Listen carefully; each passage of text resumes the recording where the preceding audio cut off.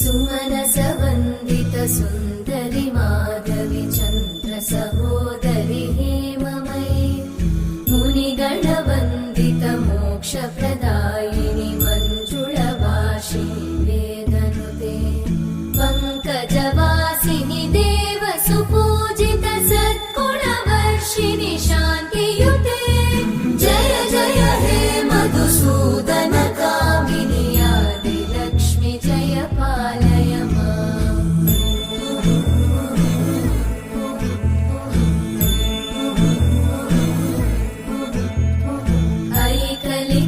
ऐकलिकल्मषनाशिनि कामिनि वैदिकरूपिणि वेदमये क्षीरसमुद्भव मङ्गलरूपिणि मन्त्रनिवासिनि मन्त्रनुते मङ्गलदायिनि अम्बुजवासिनि देवगणाश्रितपादयुते जय जय हे मधुसूदन कामिनि धान्यलक्ष्मि जय पालय माम्।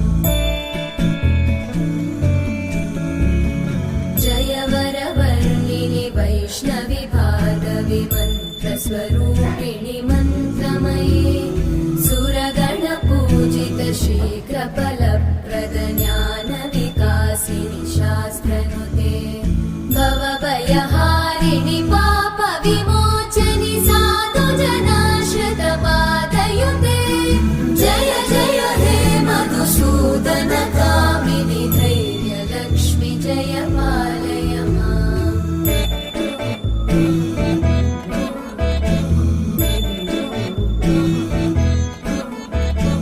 जय जय दुर्गतिनाशिनि कामिनि सर्वफलप्रद शास्त्रमये रतगजतुरगपदादिसमानुत परिजनमण्डित लोकनुते हरिहर ब्रह्म सुपूजित सेवित तापनिवारिणि पादयुते जय जय हे मधुसूदन कामिनि श्रीगजलक्ष्मी पालय माम्। शुक्लाम्बरधरं विष्णुं शशिवर्णं चतुर्भुजं प्रसन्नवदनं ध्यायेत् सर्वविघ्नोपशान्तये